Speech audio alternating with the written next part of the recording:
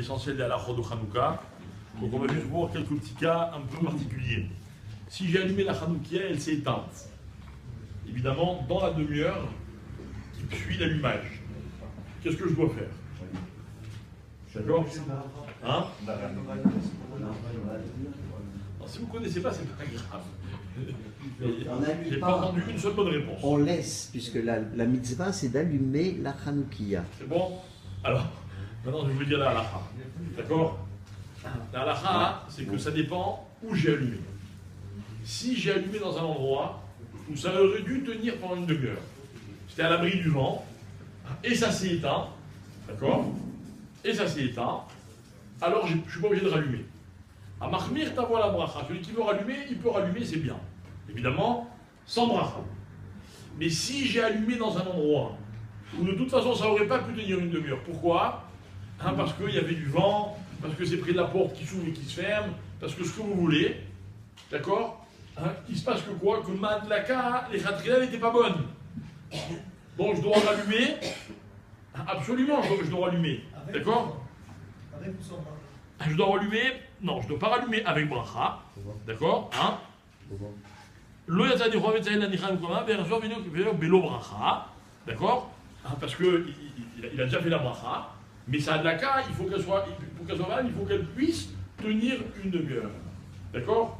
Résultat, si ça s'est éteint, mais c'est pas de ma faute, d'accord? J'avais tout prévu où ça s'allume, mais ça dure, mais c'est pas de ma faute, je suis pas obligé de rallumer. Donc, si par exemple, c'est moi qui éteins, j'ai éteint parce que, je sais pas moi, j'ai eu peur que ça brûle, ou bien je pensais que le Zman, il était déjà dépassé, etc. On va voir après, en quel on a le droit d'éteindre après le Zman. C'est moi qui éteins, alors que ça aurait dû rester allumé, c'est dans la demi-heure. Là, c'est sûr que je dois rallumer aussi. Ok? Ou alors si par exemple, j'ai voulu arranger la mèche. Vous connaissez? Le mieux qui est l'ennemi du bien. Ça brûlait, mais je voulais ça brûle mieux. Hop, je touche, tac, ça s'éteint. D'accord? Alors là, comment ça s'appelle? Alors là aussi, c'est bien de la rallumer. Là aussi, je ne suis pas chayav. D'accord? Parce que ça ne veut pas que j'ai allumé et que ça aurait dû. Ça ne veut pas que ma laque n'était pas bonne, mais c'est mieux de rallumer. Donc je récapitule. Si j'étais dans un endroit où ça ne pouvait pas brûler une demi-heure et que ça s'est éteint, je suis obligé de rallumer. Si ça pouvait durer une demi-heure et que ça s'est éteint, à ce moment-là, je ne suis pas obligé de rallumer, mais c'est bien de rallumer. D'accord? Comment? Adlaka en shan mitzvah. Si vous voulez. J'avais la bonne réponse ou pas? Pas du tout. Alors, quelqu'un qui a allumé. Excusez-moi, j'étais trop pressé là. Quelqu'un qui a allumé avant la tombée de la nuit, après le plag à mincha. D'accord? Comme par exemple quand on allume le vendredi. Ok? Mais c'est pas vendredi, c'est en semaine. Donc c'est quoi la halakha? La halakha, c'est qu'il faut qu'elle brûle une demi-heure après. Il a fait meilleur ami. Ok? Une demi-heure après. Ok? Et elle s'est éteinte. Non, ou même avant la tombée de la nuit. Enfin, en tout cas, elle s'est éteinte avant la fin du Zman. Hein? Non, il n'y a pas de bruit, il joue avec le feu, c'est qu'à le dire. Ok? Alors évidemment que lui aussi, il doit rallumer. Avec la bracha parce que... Non, sans bracha. Tout ça, c'est sans bracha.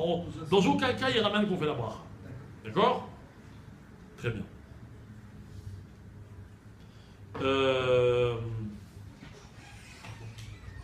C'est-à-dire que même si quelqu'un, par exemple, voilà, moi j'ai allumé chez moi, et vous êtes invité chez moi, vous êtes mitzaref, et vous comptez sur ma bracha. D'accord? Et avant une demi-heure, ça s'est éteint. Il y avait du vent, ça s'est éteint. Ok? Alors vous avez une super idée, j'ai une idée. Moi je vais rallumer moi avec la bracha. Non, il n'y a pas de bracha. D'accord? La bracha a été faite, on ne refait pas la bracha dans aucun des cas que l'on a cités. Ok? Maintenant, deuxième question, quand est-ce que j'ai le droit d'éteindre la Hanoukia? Bon, par exemple, imaginez le cas, j'ai allumé ma Hanoukia, ok, je suis un peu khawef dans mon genre, on va sortir, on va laisser la maison toute seule, j'ai pas envie de laisser la Hanoukia. Est-ce que j'ai le droit de l'éteindre? Après une demi-heure peut-être? Avant une demi-heure, je ne dois pas l'éteindre. Après une demi-heure, il a fait mes Après une demi-heure pour pouvoir l'éteindre, normalement il faut faire un tnaï. Que quoi? Que même si j'ai mis plus d'huile que la demi-heure réglementaire, je fais un tnaï qu'au bout d'une demi-heure, quand je suis au-dessus de ma mitzvah, j'éteins.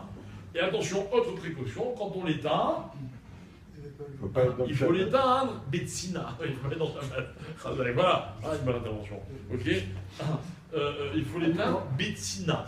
C'est quoi Betsina? Pas allez les copains, venons, on va éteindre la Hanoukia. Non. Hein? T'as dit Bessina? Non, j'ai pas dit Betsina. J'ai pas non plus Betsina. Dans le froid, j'ai dit Betsina. D'accord. Il faut éteindre en cachette. C'est bon. En cachette. En cachette, pardon. Ok. En cachette. Mais qui sont? C'est quoi la nafkamina en cachette, pas en cachette? Okay. C'est quand, par exemple, imaginez dans une synagogue, on va allumer les la Hanouka, tout le monde rentre à la maison, le gaba il a une rasra, il dit moi je ne veux pas laisser la Hanouka allumée, ok, il veut l'éteindre. Il faut qu'il attende que tout le monde s'en aille, il est en cachette, pas devant tout le monde. Pourquoi? Parce que tout le HSM de la KSM, ça, si on éteint les pirsoum, ça paraît tarté des satrés, ok. Mais hein? Il y a un ordre pour l'éteindre aussi, comme pour allumer. Je pose la question. Demandez à Jackie. J'ai des questions pour la raison. Jackie, c'est spécialiste. C'est quoi la question? Est-ce qu'on va reculons? On fait la bracha à l'envers? On éteint, on éteint. Dans un cas où j'aurais justement prévu une Hanoukia qui dure de 3 heures de l'huile, Ouais. je l'éteins après une demi-heure pour diverses raisons. D'accord, ouais. Ça, il me reste de l'huile. Est-ce que je peux la réutiliser? Cette huile, normalement, il dure le jour et donc. Non, il n'y a pas de problème. Donc pour le lendemain, tu peux le réutiliser, aucun problème. Mais ça, souvent dans des Hanoukiot, tu allumes, comme tu dis, ça peut durer longtemps, ça s'éteint tout seul. Oui, La mèche, elle n'était pas très bien ou quoi, pareil, tu peux garder pour le lendemain. D'accord? Et si tu as fait un tnaï, tu peux même la boire cette huile. Si tu as fait un tnaï, que tu as été mis quand même la mitzvah. D'accord? Hein? Plutôt faire des lumières. C'est pareil, ça revient en même, c'est qu'à la façon, on la boit.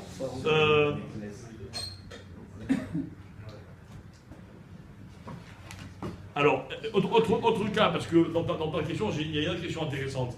Si est-ce que d'abord, on va commencer dans l'ordre, ok? Est-ce que j'ai le droit d'utiliser la lumière des nérotes pour m'éclairer, pour lire à la lumière des nérotes? Combien de temps j'ai pas le droit? Est-ce que j'ai le droit, après une demi-heure d'être Mishtamesh au Ram? Hein? Alors il faut faire un tnaï. Là on revient à l'Inyan du tnaï. Celui qui a fait un tnaï qu'une fois que la demi-heure est passée, que le jeu est passé, il veut s'en servir. S'il a fait un tnaï, Minadine, il a droit. Voilà. Tana. Ah, excusez-moi. Mincha, 16h25. Ok, on a besoin de renfort, on n'a pas le collègue cette semaine. Vous êtes là, Mincha? Oui. T'es là?